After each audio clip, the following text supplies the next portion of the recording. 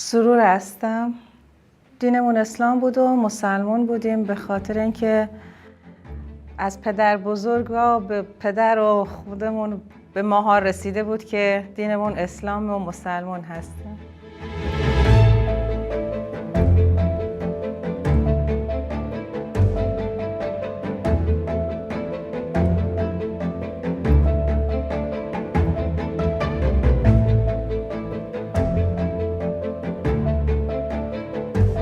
بله، من خیلی معتقد بودم که نماز رو سر وقت بخونی، روزه بگیری، شبای پنجشنبه، جمعه، زیارت عاشورا، دعای کمیل، همه اینا بود که خیلی حجابم رو رعایت میکردم، چادر میزدم، ساق دستم معلوم نباشه، ساق پام معلوم نباشه، خیلی رعایت میکردم. با اینکه تو خانواده مسلمونی بودیم، خودم، برادرام، خواهرم همه رعایت میکردیم که یه موقع مشکلی پیش نیاد یا مثلا اشتباهی ازمون سر نزنه که گناه کرده باشیم، موی ازمون بیرون نباشه، وقتی که میخوایم نماز بخونیم لاک نزنیم و خیلی چیزای دیگر رو رعایت میکردیم.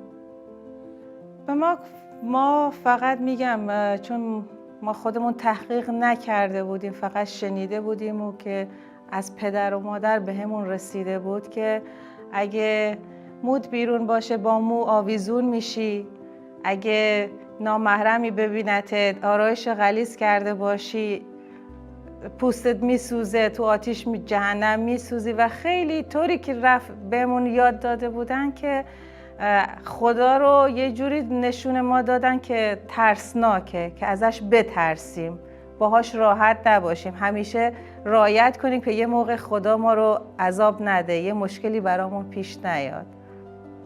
ما خدامون رو فقط در پیامبرا و اماما و علی و حسن و حسین و محمد میدیدیم که همیشه مستقیم باهاش در ارتباط نبودیم، همیشه باید یه واسطه بود، خدایی بود که مستقیم نمیتونستیم باهاش در ارتباط باشیم، خدایی بود که باید حتما یه واسطه بود، یه واسطه بین من و خدا باشه که بتونیم حرفمون رو بزنیم، اگه نیازی داریم، اگه مشکلی برامون پیش اومد یه واسطه قرار بدیم، یه نذر و نیاز آنچنانی، یه قربانی بکنیم که شاید اون خدا قبول کنه به خاطر اون واسطه ها. این خدایی بود که من نمیتونستم مستقیم باش در ارتباط باشم.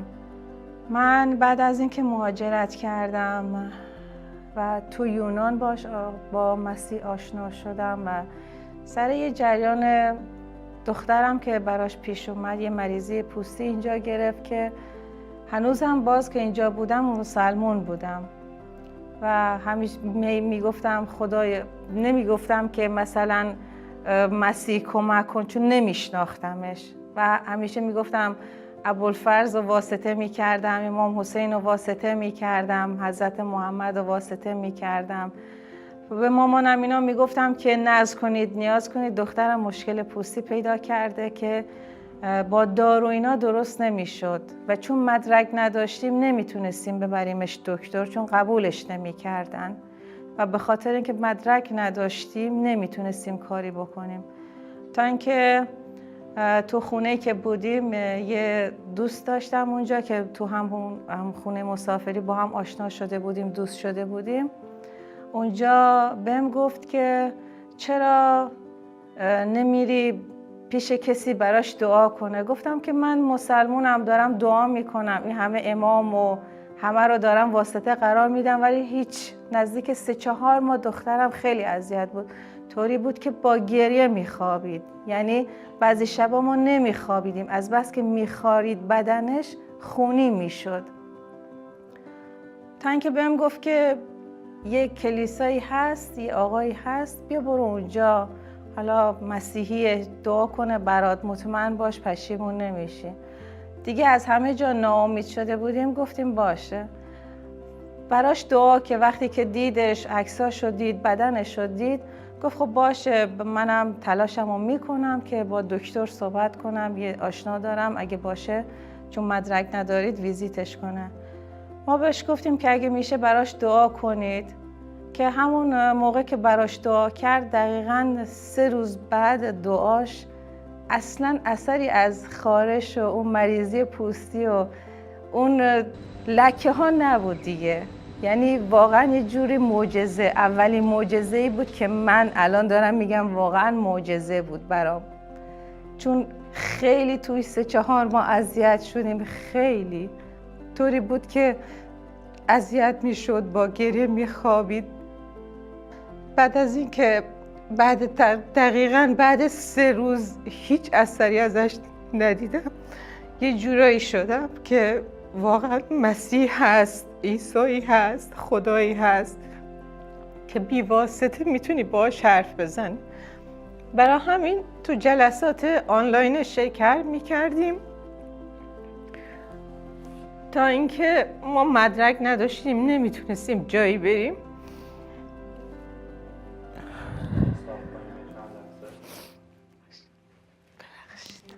ما چون مدرک نداشتیم نمیتونستیم جایی بریم، چون پلیسا میگرفتن و دیپورت میکردن. برای همین استرس خیلی زیادی داشتیم و میگم تو 1 سالی که 7-8 ماهی که اومده بودیم واقعا جایی نمیرفتیم. حتی دومین معجزش بعد اینکه تو کلاس‌ها شرکت میکردیم و همون کلیسا یه کتاب مقدس بهم داد که بخون، باهاش آشنا بشی. تحقیق میکردم که ببینم واقعا عیسی کیه. بعد از اینکه کتابو میخوندم یه جورای دیگه اعتقادات قبلم داشت از بین میرفت. روز به روز داشتم سمت عیسی میومدم تا اینکه دومین معجزه‌شو دیدم. با اینکه ما مدرک نداشتیم و جایی نمیتونستیم بریم، به اصرار یکی از دوستامون گفت که بیایید با هم بریم بیرون، مشکلی براتون پیش نمیاد و اینا. دقیقاً ما و دوستامون با هم بودیم، کنار هم راه میرفتیم که پلیسا اونا رو گرفتن و ما رو انگار ندیدن.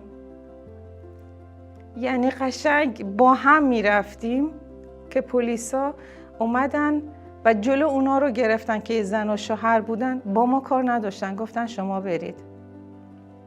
یعنی دومین معجزه فقط وقتی که پلیس اونا رو گرفت فقط گفتم خدایا خودت کمکم کن، چون اگه میگرفتن دقیقاً دیپورت میشدیم و باز با مشکلات قبض باید میجنگیدیم.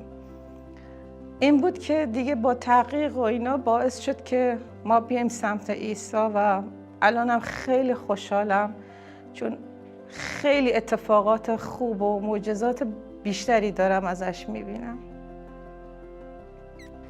ثمره‌ای که تو زندگی من داشت و داره، دیگه نگران فردام نیستم.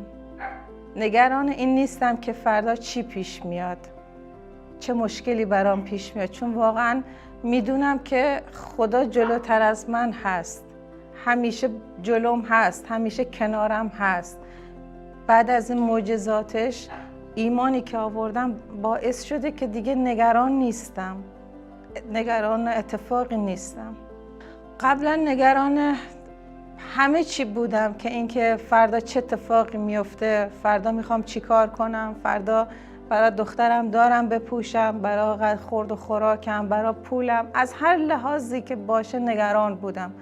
ولی الان دیگه نیستم. میدونم که دیگه احتیاج به هیچی ندارم، چون خدا قبل از اینکه من بخوام برام فراهم میکنه. مثلا قبلا نگران بودم که آره واقعا میتونم این کار رو انجام بدم، خدایا میشه نمیشه، ولی الان دیگه نه. اگه از خدا بخوام میدونم که میشه و خواست خدا هرچی هست همونه. تو تثنیه باب 8 که میگه خداوند پیشا پیش تو حرکت میکنه، همراهته، نترس، هراسان نباش، او تو رو ترک نمیکنه، او تو رو تنها نمیذاره. واقعا این آیه رو خیلی من دوست دارم و دارم با وجود احساسش میکنم، میبینم که کنارم هست، همراهم هست و دیگه نمیترسم، نگران نیستم.